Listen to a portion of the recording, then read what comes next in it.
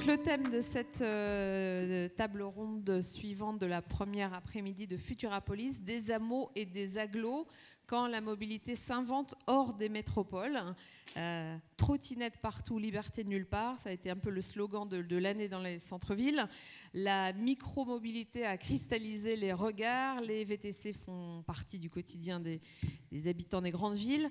Pourtant, hors de ces zones très denses, la mobilité se transforme. Comment transporter des travailleurs tous les jours tout en libérant les grands axes routiers? Le train hydrogène pourra-t-il relancer les gares de proximité? Voilà, beaucoup de questions qui vont sans doute susciter les débats de cette table ronde avec nos invités Jean-Michel Latte, Jacques Auberty, Nadia Pelfig, Dominique Valentin.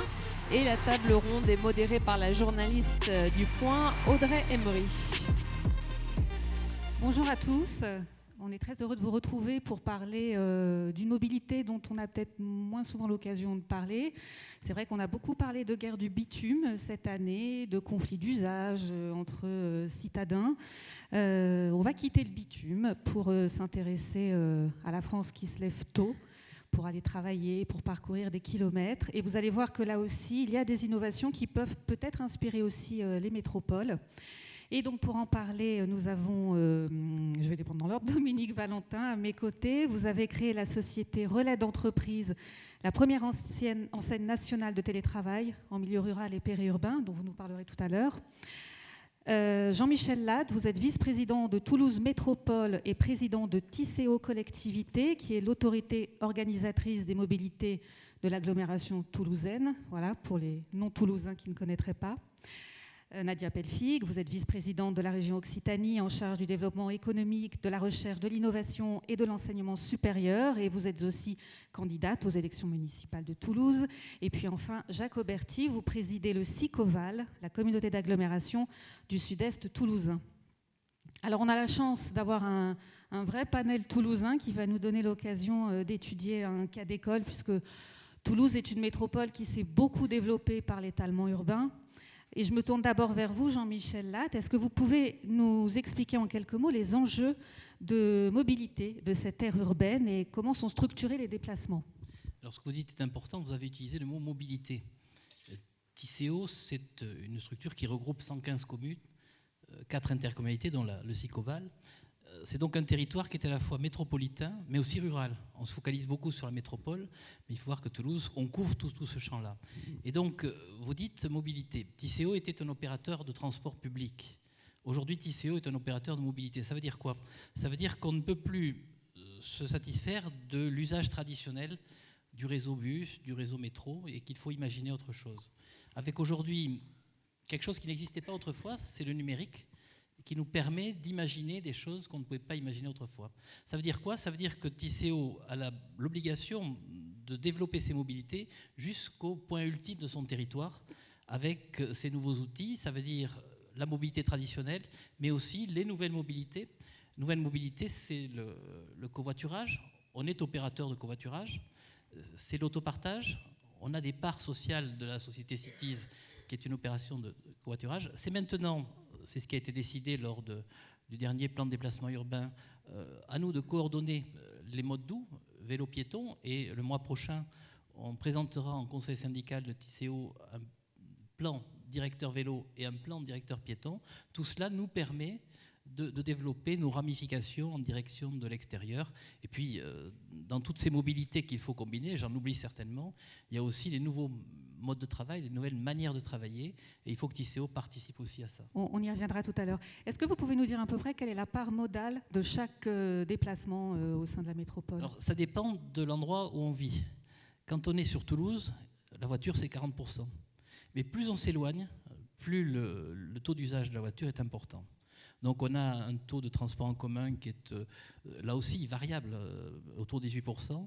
Et puis on a un taux d'usage du vélo, par exemple, qui varie là encore au fur et à mesure de l'éloignement du territoire.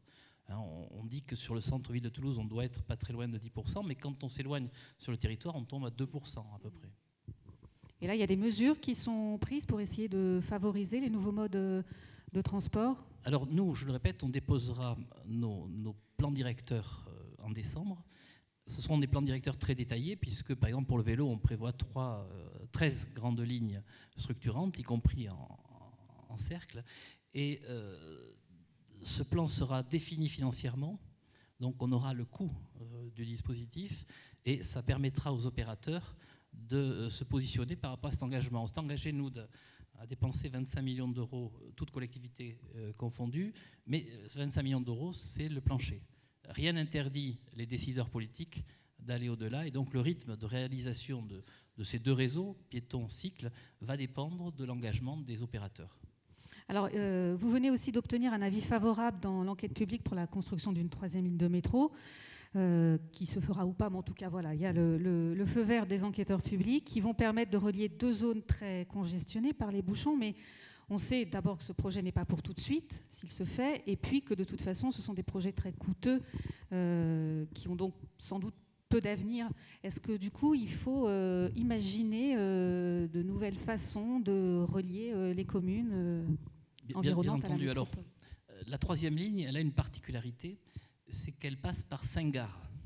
Par 5 gares, ce qui peut permettre, ce qui n'existe pas du tout dans notre département, de l'intermodalité.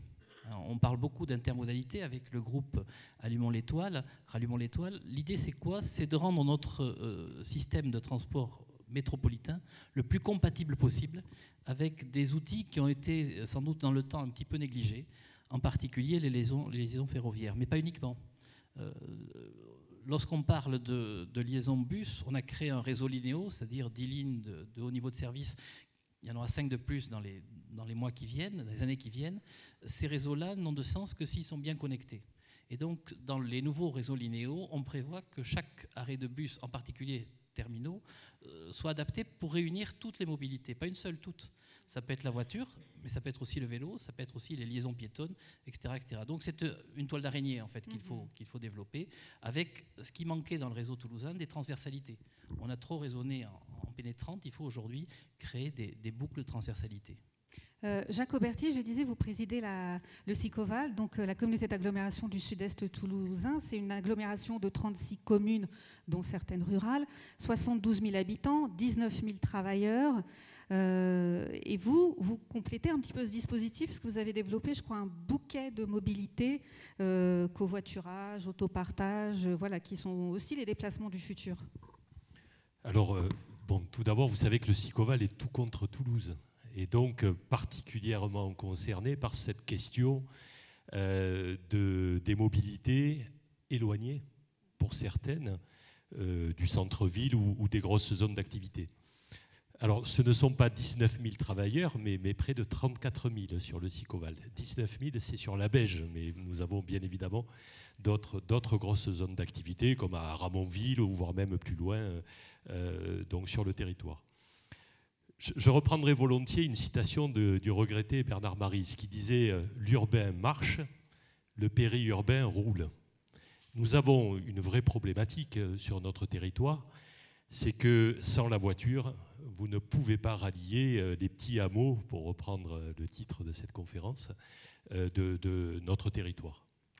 Et donc la vraie question sur le SICOVAL, c'est la question de la multimobilité, c'est-à-dire comment effectivement y compris en utilisant, pourquoi pas, le numérique, prendre les bonnes décisions dans l'utilisation pour ces trajets, et principalement domicile-travail, dans l'utilisation de différents modes de transport et en utilisant bien évidemment aussi la multimodalité que le réseau pourra offrir. Alors, toutes les solutions sont bonnes.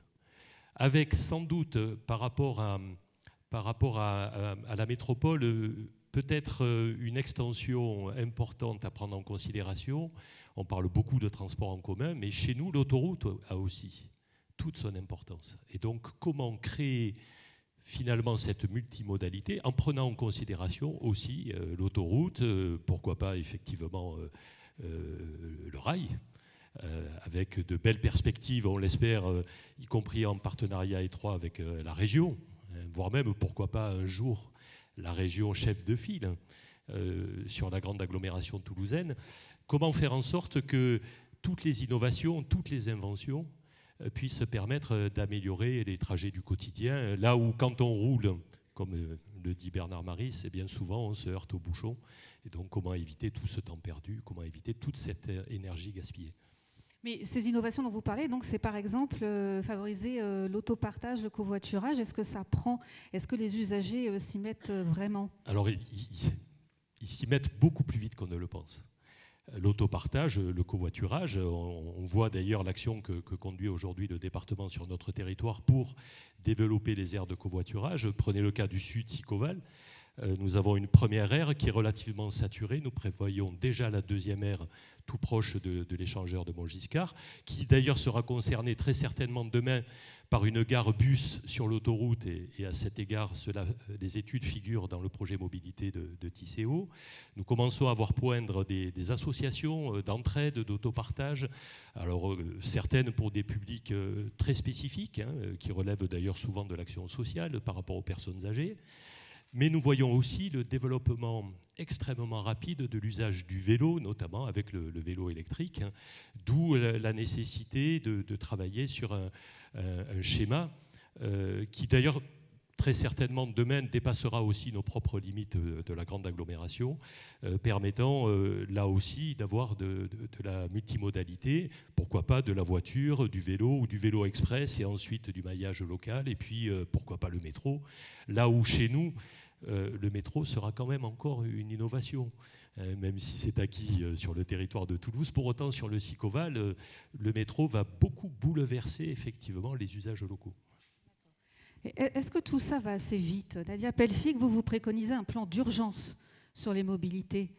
Et vous représentez la région Occitanie qui s'est dotée d'un plan de 150 millions d'euros pour devenir la première région à énergie positive d'Europe grâce à l'hydrogène vert. Est-ce que vous pouvez nous expliquer un petit peu?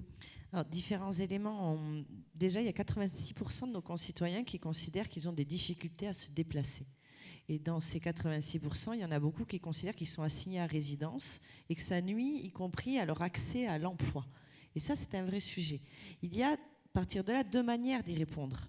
Soit on fluidifie, et je ne pense pas que ce soit à la réalité, c'est et. On fluidifie la manière et les modalités de transport. Et par exemple, on fait en sorte qu'il y ait une offre de transport qui est souvent inexistante. Et là où l'offre de transport est existante, il faut faire en sorte que ça devienne un automatisme, un réflexe. Tout à l'heure, on parlait des déplacements sur la métropole toulousaine. En réalité, les déplacements sur la métropole toulousaine font moins de 3 km. Et malgré tout, 2 déplacements sur 3 sont effectués en voiture. Et donc, on voit bien qu'il y a une nécessité à la fois d'offrir des offres d'infrastructures pour celles et ceux qui n'ont d'autre choix que de prendre le véhicule, comme le disait M. Auberti, pour venir travailler. Et pour cela, il faut construire des infrastructures, oui, plus vite, et qui soient au niveau de ce qu'est la grande métropole toulousaine et ce soit au niveau de ce que doit être la région Occitanie. Mais il y a une autre typologie de réponse à faire, qui est comment on fait pour qu'il y ait moins de mobilité contrainte. C'est-à-dire qu'aujourd'hui encore, beaucoup d'entre nous nous déplaçons parce que nous sommes éloignés de notre lieu de travail, parce que nous n'avons pas eu le choix de l'endroit où nous habitons, parce que ça s'est fait parfois par des contraintes matérielles. Beaucoup aimeraient habiter dans le centre-ville, par exemple, d'une de nos métropoles, Toulouse ou Montpellier, mais c'est trop cher, donc ils vont habiter un peu plus loin. Du coup, il y a une nécessité, voire de l'achat d'un second véhicule. Pour avoir accès à un certain nombre de services, les commerces de proximité n'existent pas dans toutes les communes de la région Occitanie. Et donc, il y a l'utilisation de la voiture pour aller au centre commercial ou pour aller à l'activité sportive ou amener les enfants. Bref, il y a une manière de penser aussi pour qu'il y ait moins de mobilité contrainte et qu'il y ait une mixité des usages. Et bref, d'avoir une vision en matière d'aménagement du territoire, de favoriser l'émergence de tiers-lieux et de lieux où on est en capacité d'avoir une activité économique. Donc je pense que sur la question de la mobilité, il y a 2 types de réponses. La réponse des infrastructures et des usages en matière de mobilité, parce qu'on voit bien qu'il n'y a pas que l'offre en matière d'infrastructure, il faut qu'elle y soit, mais il y a aussi une habitude sur les usages. Vous continuerez à prendre la voiture si jamais vous considérez que la piste cyclable n'est pas protégée, est en discontinuité et que finalement, si vous voulez y aller, ça ne mettra pas en sécurité vos enfants ou vous-même, si jamais la piste cyclable n'est pas éclairée. Et de la même manière, il faut aussi agir pour que les mobilités contraintes, et pas celles qu'on souhaite, mais puissent être diminuées en ayant une vision de l'aménagement du territoire qui soit une rupture dans les inégalités territoriales qui amène, et j'en ai la profonde conviction, à des inégalités sociales. On va revenir à ces questions d'aménagement du territoire et avec vous, notamment Dominique Valentin, mais j'aimerais bien quand même que vous nous développiez ce projet d'hydrogène.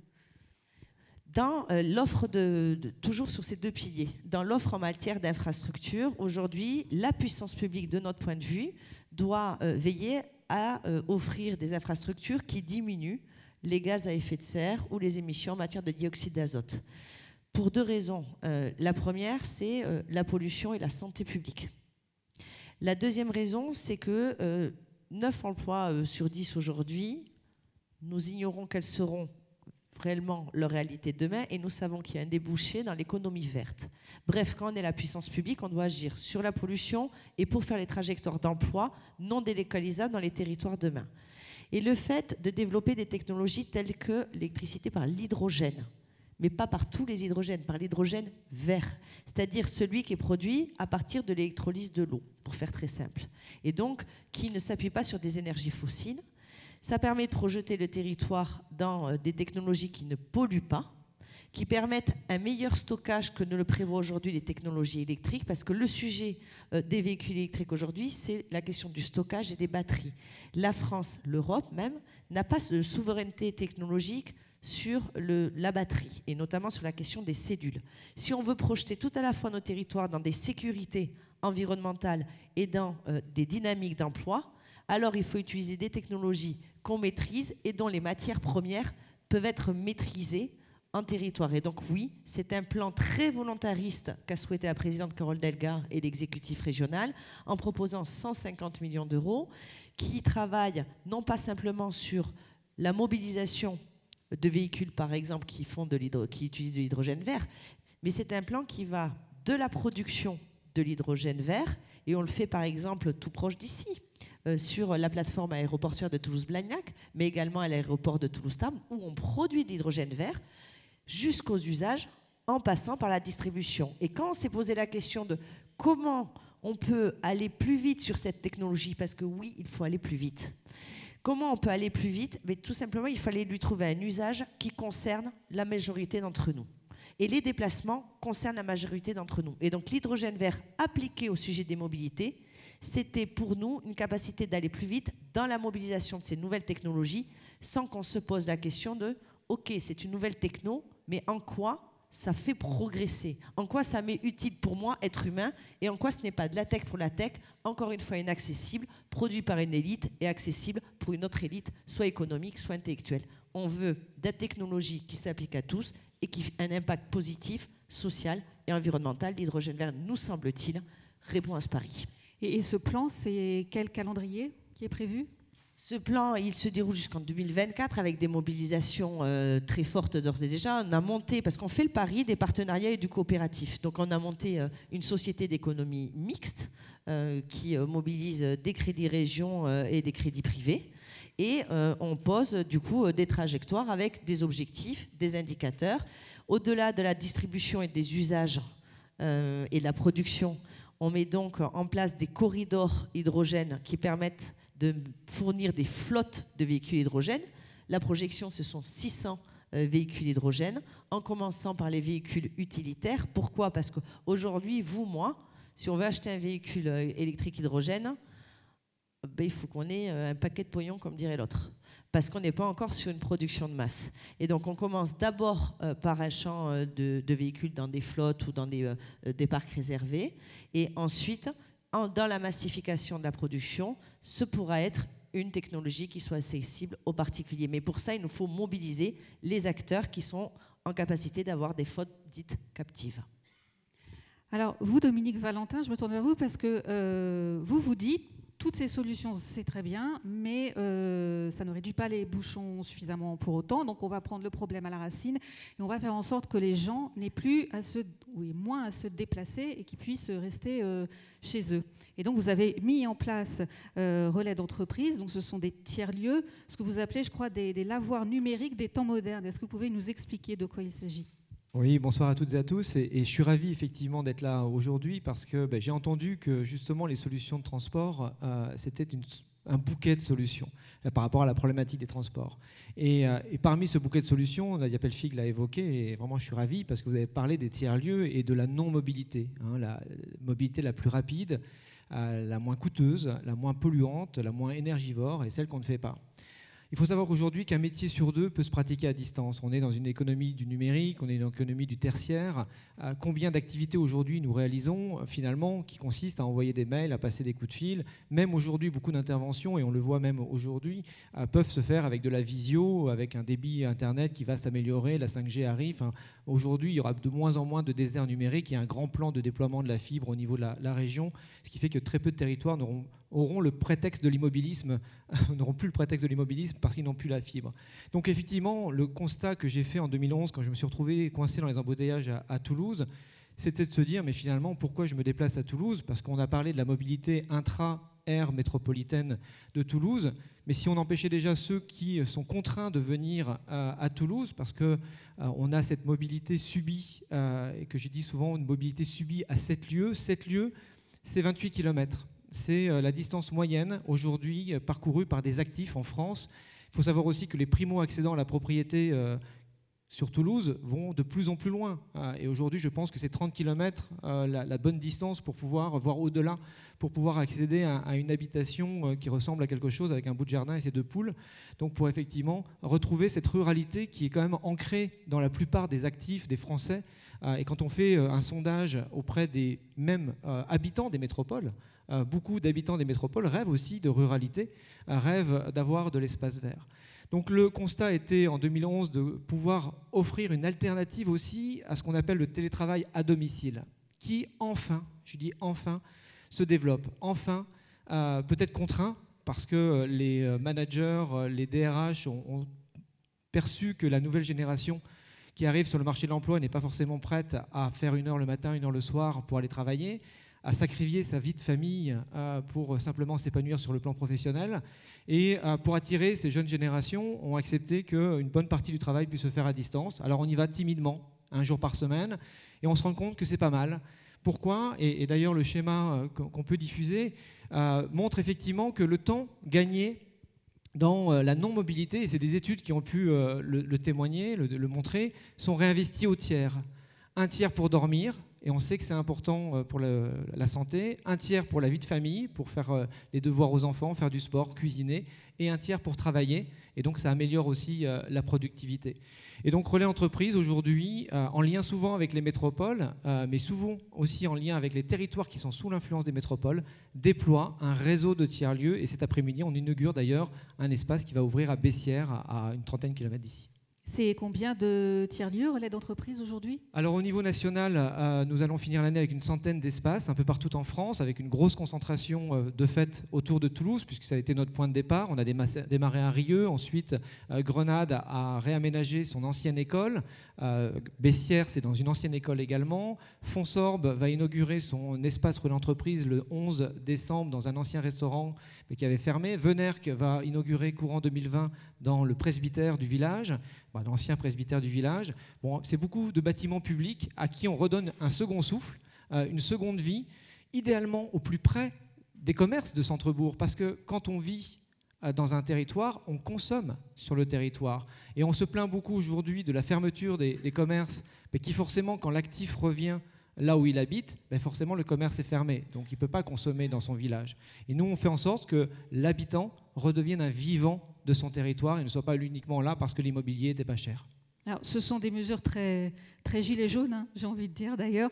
Et vous avez signé une convention avec EDF pour valoriser les kilomètres non effectués par les télétravailleurs. Donc, ils reçoivent un chèque d'économie d'énergie, c'est ça? Oui, on a souhaité prendre le problème de la contrainte de la mobilité et notamment de tout le débat autour de la taxe carburant ou des péages urbains à contre-pied, prenant le principe que, on parlait tout à l'heure des animaux domestiques, que si on veut dresser, entre guillemets, avoir un animal très très gentil, on va plutôt lui donner des friandises que de lui taper dessus.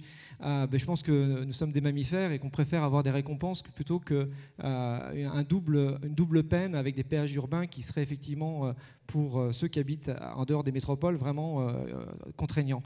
Et donc on a fait en sorte de prendre le problème une fois de plus à l'envers, considérant et en prenant un peu aujourd'hui ce qui se passe dans les applications smartphone, où beaucoup de solutions qui vous sont proposées sont gratuites. Mais en fait, rien n'est gratuit dans ce bas monde, hein. C'est un leurre. Et quand c'est gratuit, c'est vous le produit. Parce qu'on génère une production de données qui a une valeur. Et bien, nous, on s'est dit, le télétravailleur doit être le produit du rééquilibrage des territoires. Et quelles sont les externalités positives, hein? J'ai ma collaboratrice Lorraine qui est justement au premier rang et qui fait une thèse, un doctorat autour effectivement de l'impact des tiers-lieux sur le rééquilibrage des territoires, sur différents sujets. Et on a pris le sujet de l'environnement en disant, effectivement, est-ce que la non-mobilité, le fait de ne pas consommer des litres de carburant, est de nature à être éligible au titre des certificats d'économie d'énergie. Donc nous sommes allés voir EDF, il nous a dit mais c'est une très très bonne idée, et on a mis en place une convention pour faire en sorte que quand un actif va dans un tiers-lieu à 2 pas de son domicile, donc pour dissocier aussi vie privée, vie professionnelle, pour ne pas mélanger effectivement les doubles aspects, ce qui est souvent contraignant quand on fait du télétravail à domicile, cette non-mobilité générée par le fait qu'il ne va pas faire 30 km, mais peut-être que quelques mètres au bout de la rue, soit éligible au certificat. Et donc EDF va verser à l'entreprise un éco-chèque. Et la vraie particularité aussi, et là je souligne également l'approche et la cohérence de la région Occitanie par rapport à son ambition d'être région énergie positive, c'est que l'année dernière à Energaia, nous avons signé une convention tripartite puisque la région Occitanie abonde ces certificats d'économie d'énergie délivrés par EDF, de telle sorte à ce que l'utilisateur ne soit pas uniquement le payeur, parce qu'en fait, nous on s'est rendu compte que le tiers-lieu était un véritable levier pour encourager le télétravail face à la suspicion des managers qu'une personne à domicile puisse faire autre chose, ou pour éviter de laisser, le jeu de mots un peu habile, mais des personnes sur le bord de la route par rapport au télétravail parce qu'elles ne peuvent pas télétravailler à domicile. Vous avez des accords cadres qui obligent qu'il y ait une pièce dédiée, qui ait une configuration propice au télétravail, sauf que ce n'est pas toujours possible si vous avez des enfants en bas âge, les vacances scolaires. Et sauf que le fait de payer un deuxième bureau, ça, ce n'est pas non plus évident pour les entreprises. Donc soit on rentre dans une vraie stratégie de ce qu'on appelle un peu de derenting, donc de réduction de surface de bureaux dans les métropoles, quitte à recréer des logements sociaux pour baisser la pression immobilière, des prix de l'immobilier, redonner des espaces verts, et pour avoir des bureaux déportés. Là, on pourra effectivement faire en sorte que les entreprises payent des bureaux déportés, mais si elles ne peuvent pas payer un double bureau à la fois dans la métropole et là où habite le collaborateur, il faut trouver le moyen qu'une autre structure puisse compenser ce double bureau. Quand on part des bâtiments publics vacants, ils n'ont pas coûté cher. Donc ça, c'est génial, comme à Bessières, comme à Fonsorbe, c'est la collectivité qui a rénové, ou à Saint-Lary. Par contre, quand on est sur les premières couronnes, là, c'est plus compliqué. Et c'est là où on a avec Toulouse Métropole, et je finirai par ça, parce que là aussi, c'est unique, on ne l'a pas vu dans d'autres métropoles. On a un consortium qui a remporté, qui a été lauréat des territoires d'innovation, qui est le consortium Ville Agile, dans lequel on retrouve Tisséo, mais on retrouve aussi Airbus, on retrouve 3 collectivités territoriales, donc Toulouse Métropole, le Sicoval, les Portes de Gascogne, et c'est une collaboration métropole-territoire sous l'influence des métropoles, et un pool d'acteurs où on y retrouve Airbus, Continental, qui apporte un bouquet de solutions pour résoudre la problématique des 500 000 déplacements quotidiens supplémentaires en 2025. Hein, vous avez bien retenu le chiffre. Nadia Pelfig, je me retourne vers vous pour revenir plus sérieusement sur la crise des Gilets jaunes qui a bien montré qu'un bon aménagement du territoire devait un peu plus se décentraliser vers le périurbain et le rural. Est-ce que ça veut dire aussi qu'à terme, les métropoles doivent renoncer à une part d'attractivité et d'activité ? La question, c'est comment on fait pour vivre bien. D'un côté, on a des populations qui de plus en plus se sentent exclues. Une partie de l'explication de la crise des Gilets jaunes, c'est toute une partie de la population qui se sent dans des territoires abandonnés ou exclus de la mondialisation heureuse. Et nous avons d'autre côté des acteurs urbains qui considèrent que leur qualité de vie se dégrade. Elle se dégrade parce que, oui, c'est pas acceptable de passer 6 jours par an dans les bouchons quand on est un Toulousain. Que oui, ce n'est pas acceptable d'avoir son prix du foncier qui augmente grandement quand on est à Montpellier et qu'on doit aller plus loin, et que souvent dans les métropoles, le niveau des services n'augmente pas à proportion des populations qui arrivent sur le territoire. Sur Occitanie, il y a 52 000 nouveaux habitants chaque année. Pour la seule métropole toulousaine, ce sont 15 000 nouveaux habitants chaque année. Il est évident que si on continue à bâtir, à faire des logements, mais sans penser aux infrastructures qui sont nécessaires, alors celles et ceux qui vivent déjà la ville considèrent que leur qualité de vie se dégrade. Et dans le même temps, si vous avez des commerces de proximité ou des gens qui ne trouvent pas d'activité dans leur territoire périurbain ou ruraux, ils ont l'impression effectivement d'être abandonnés. Et donc une des solutions, et ça relève pour partie de l'initiative de la puissance publique, c'est de créer les conditions d'un aménagement du territoire qui conduisent à moins de mobilité. Et quand nous, on investit sur le TER, bien sûr, on essaie en sorte de faire qu'il y ait de la desserte et de l'offre de transport. Nous sommes en charge de l'intermodalité et donc de relier les différents hubs de transport. Mais dans le même temps, oui, nous aidons à la création et à l'extension de tiers-lieux. Et aujourd'hui, c'est un réseau labellisé par la région de 83 tiers-lieux en région Occitanie. On s'appuie également sur les Fab Labs.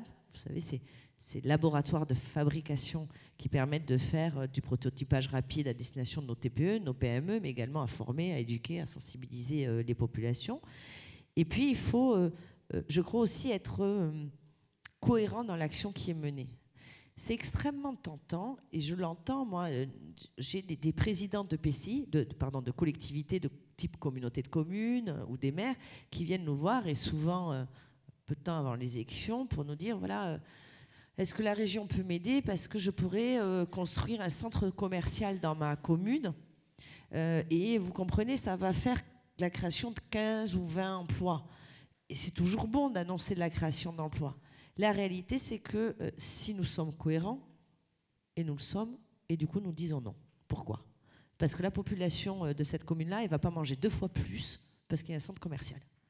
Et que donc, si elle va à ce centre commercial, il y aura peut-être 20 emplois créés, mais demain, c'est autant d'emplois qui sont morts dans les commerçants avec un centre-bourg mort et donc pas attractif parce qu'on ne va pas acheter 2 fois plus de viande. D'ailleurs, il ne faut pas manger 2 fois plus de viande. Et on ne va pas acheter 2 fois plus de viande parce qu'il y a un centre commercial en plus du ou des bouchers. Et donc, en fait, c'est une vision de cohérence de la puissance publique et de pilotage qui est apposée à court, moyen et long terme. À court terme, des offres de transport et des tarifications qui permettent l'augmentation de leur usage quand ils existent. À moyen terme, la réorganisation de l'aménagement du territoire pour qu'il y ait moins de mobilité. Et à moyen, court et long terme, une réorganisation aussi de l'activité économique et du travail dans une redistribution des richesses que permet les croissances d'activité de notre métropole. Et finalement, la conscience politique et un pilotage des politiques publiques qui affirment clairement que les questions de stratégie en faveur de la croissance et de l'emploi ne peuvent pas avoir pour seul indicateur la croissance du produit intérieur brut. Et que finalement, dans la création de valeur, il faut prendre la notion de valeur ajoutée territoriale et de voir comment des choses plus désirables que le point de PIB puissent s'inscrire et qui se mesurent en emploi, en qualité de vie au travail, en capacité d'avoir un impact favorable et positif sur l'environnement.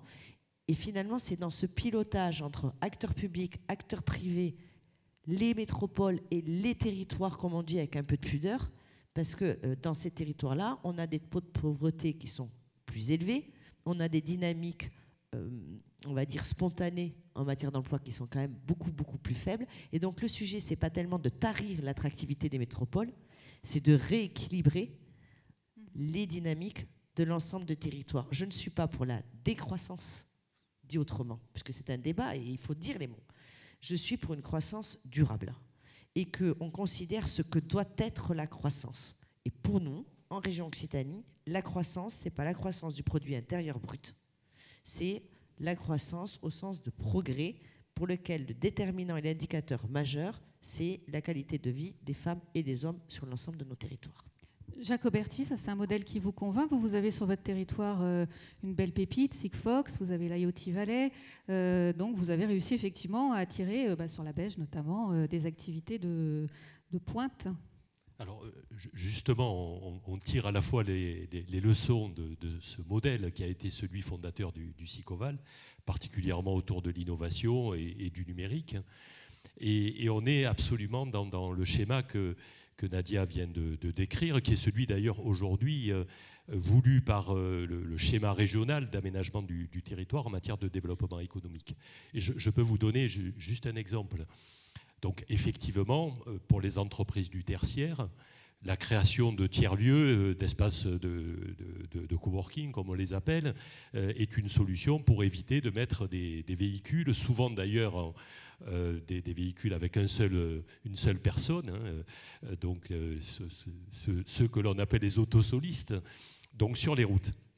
Mais il existe bien évidemment bien d'autres activités qui, elles, ne peuvent faire l'objet, évidemment, de télétravail, quels que soient les métiers, dans des secteurs, même ne serait-ce que de l'industrie, dont on a besoin de plus en plus aujourd'hui. Et donc, au niveau du SICOVAL, nous nous sommes posé cette question du rééquilibrage du territoire, en étant effectivement dans une logique de croissance verte et non pas de résilience. C'est assez compliqué d'ailleurs aujourd'hui de défendre des projets de croissance verte parce que vous êtes amené quand même finalement à artificialiser un certain nombre de surfaces, même si vous souhaitez dire que vous le faites justement avec un objectif de résilience à terme. Nous sommes en phase de mutation. Et donc cette mutation, elle doit à la fois permettre de plus en plus de déplacements de nature différente, avec des moyens de transport à 1 heure, mais aussi de proximité. Elle doit permettre aussi de travailler le plus proche de son domicile, mais tout en ayant un changement de paradigme en termes aussi d'activité, pas uniquement du tertiaire. Et elle doit permettre aussi, finalement, à tout un chacun, bon, vous parliez des gilets jaunes, je ne suis pas sûr que la plupart des gilets jaunes aient été des cadres du tertiaire. Et donc permettre à tout un chacun d'adhérer à ce grand mouvement, de pouvoir, le cas échéant, s'acheter un vélo électrique pour aller un peu plus loin que s'il ne faisait avec un vélo classique. Voilà. Et puis surtout, bien évidemment, construire les infrastructures qui vont avec. Et nous travaillons sur le SICOVAL justement à un rééquilibrage au travers du développement d'une zone d'activité au sud qui s'appelle le Rivel, dont l'objet sera justement cette économie verte dont Nadia parlait, avec... pourquoi pas le développement aussi de la formation en matière de métiers de demain. Nous pensons par exemple à la question de l'éco-construction, mais permettre à ceux qui sont venus habiter dans ce sud SICOVAL, voire même au-delà, de pouvoir finalement ne pas devoir acheter une deuxième voiture pour aller travailler. On a listé pas mal de mesures positives, mais est-ce qu'il faut aussi des mesures coercitives pour limiter la mobilité, comme par exemple un péage urbain? Dominique Valentin, vous voulez répondre à cette question? Je l'ai évoqué tout à l'heure, hein, donc bien au contraire, il faut plutôt encourager. Et quand on évoque le rééquilibrage des territoires, moi je veux quand même, puisque je ne représente pas du tout la métropole, puisque notre siège social est à 50 km à Rieux-Volvestre, on a une petite dizaine de collaborateurs. Sauf que quand on crée une entreprise en dehors d'une métropole, on n'a pas accès aux incubateurs. Comme on n'a pas accès aux incubateurs, on nous dit qu'on n'a pas accès aux aides régionales. Quand on va voir des plateformes pour leur expliquer aujourd'hui qu'on a une solution d'innovation sociétale, on nous dit que ce n'est pas l'innovation. Donc effectivement, il y a encore beaucoup de travail pour expliquer que l'innovation des comportements éviteront peut-être justement d'investir dans des infrastructures, parce qu'on peut construire des infrastructures, si les comportements ne changent pas, ben on aura effectivement les infrastructures qui ne seront pas utilisées. Il faut faire attention aussi, puisqu'on a différents effets de rebond. Vous avez des termes un peu techniques comme la loi de Zahavi qui dit que plus on accélère une mobilité, plus le temps gagné en mobilité sera réinvesti en mobilité. Donc c'est-à-dire que si on fluidifie le trafic, et bien ceux qui sont plus sous l'influence de la métropole toulousaine vont devenir effectivement des territoires sous l'influence de Toulouse. Que plus on va améliorer l'efficacité énergétique d'une solution, plus on va augmenter la consommation de cette énergie. Donc c'est pour ça qu'il faut peut-être effectivement imaginer comment faire changer les comportements, mais c'est aussi l'affaire de tous, c'est l'affaire des employeurs qui peuvent assurément avoir un rôle à jouer. Et on le voit d'ailleurs dans la stratégie des opérateurs de covoiturage, ils ont arrêté de communiquer auprès du grand public. Ils ont aujourd'hui plutôt une stratégie tournée vers les entreprises pour que les entreprises, entre guillemets, imposent ou encouragent, récompensent, comme pour les kilomètres vélo, en disant si vous venez en vélo, vous allez avoir une prime. Et moi, je suis vraiment navré que dans la LOM, la loi d'orientation mobilité, on ait effectivement pensé à mettre une indemnité de 400 € pour l'utilisation du vélo. Mais moi, je suis désolé, si j'habite à Rieux-Volvestre, je ne vais pas venir à Toulouse en vélo, pas 28 km en vélo. Et pourquoi aujourd'hui, si j'utilise un tiers-lieu, ben, le fait de payer un bureau ne serait pas aussi éligible au titre de ces primes de non-mobilité. Voilà. Et ce sera le mot de la fin, le temps étant écoulé. Merci beaucoup à vous quatre.